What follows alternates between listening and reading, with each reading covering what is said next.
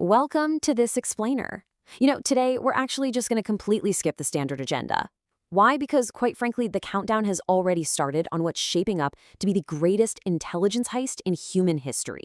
We are looking at a fundamental, ground-level shift in global security, and, well, time is just not on our side. Now, I want you to really let this question sink in for a second. What if every classified military secret you sent today is already in enemy hands? It's a terrifying thought, right? But the reality is, global adversaries are quietly, methodically stockpiling our most heavily encrypted communications right now. Sure, they can't read them yet, but they are patiently waiting for the technology to arrive that will unlock the whole shebang all at once. Section 1, the Q-Day Countdown.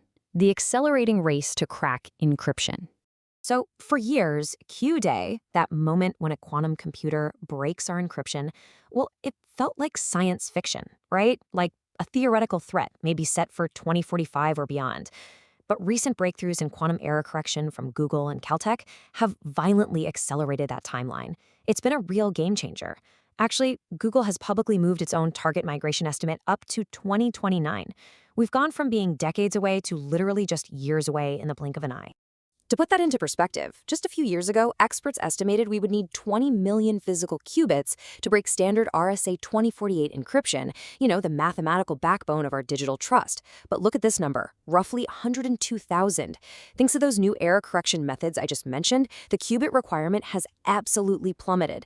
The hardware gap we have to cross to reach Q-Day just got infinitely smaller. Here's what that actually means. If you try to crack modern elliptic curve cryptography using today's best classical supercomputers, it would take billions of years. Billions.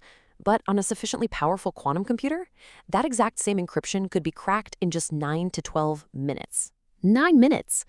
The mathematical fortress protecting our military data is structurally sound against classical attacks, for sure. But against a quantum algorithm, it's basically made of glass. Section 2, Harvest Now, Decrypt Later. The invisible heist is already underway.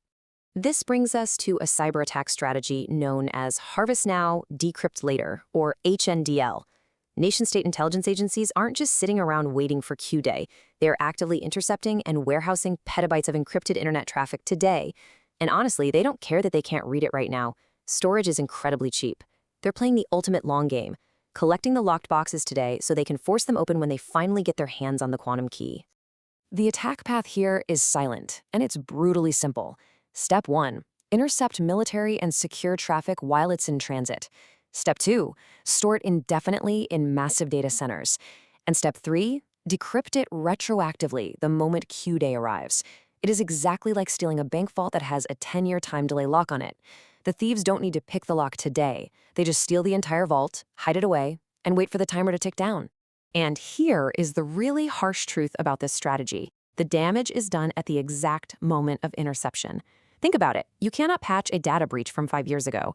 You can't unsend a diplomatic cable that was intercepted in 2024. If your encrypted data is captured today, it is already structurally compromised.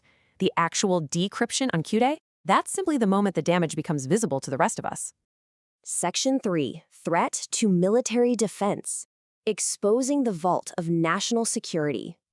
So, why are these specific military assets sitting dead center in the crosshairs? Well, because defense secrets have a massive shelf life. Imagine an adversary harvesting our weapons telemetry or submarine communication logs right now. When Q-Day finally hits, decrypting those logs doesn't just reveal a bunch of ancient history. It allows them to map out our stealth patterns, potentially spoof our GPS infrastructure to misdirect drone swarms, and completely neutralize our future long-term defense strategies. Now, this isn't just some theoretical exercise to scare you. Take a look at this stark warning from the Department of Homeland Security. They point out that our entire defense posture basically rests on a mathematical assumption. We're assuming our encryption math is just too hard for computers to solve. But as we're seeing play out in real time, that assumption is rapidly passing its expiration date. Section 4, the geopolitical quantum race, the new Cold War. Let's consider the global balance of power for a minute. The first nation to achieve a cryptographically relevant quantum computer doesn't just get slightly faster computers. No, they gain a disproportionate, world-altering intelligence advantage. Impartially speaking, whoever crosses that finish line first instantly exposes the historically encrypted military, diplomatic, and economic data of literally every other nation on Earth. It is a true winner-takes-all scenario. To understand your own vulnerability in this race, cryptographers use something called Mosca's theorem. It's a pretty simple but completely brutal equation.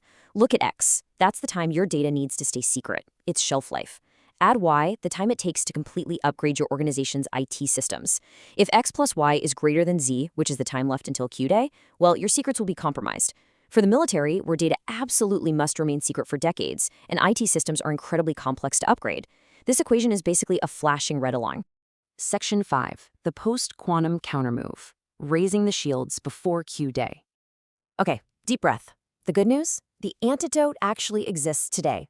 In August of 2024, the National Institute of Standards and Technology, or NIST, finalized the very first set of post-quantum standards.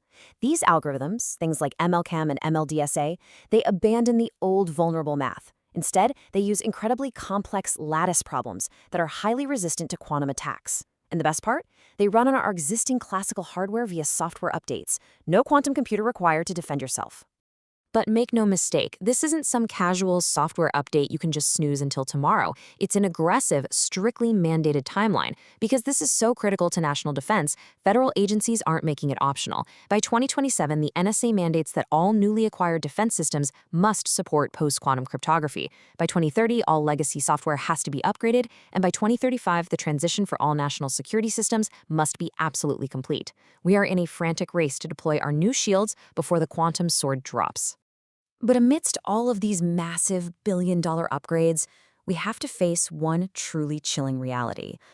Implementing post-quantum cryptography is absolutely crucial, yes, but it only protects your future communications. Let me repeat that. It does absolutely nothing to protect the historical data that adversaries have already harvested and warehoused over the last decade. That data, it remains doomed to decryption. Which leaves us with this final, critical thought to close out our explainer today.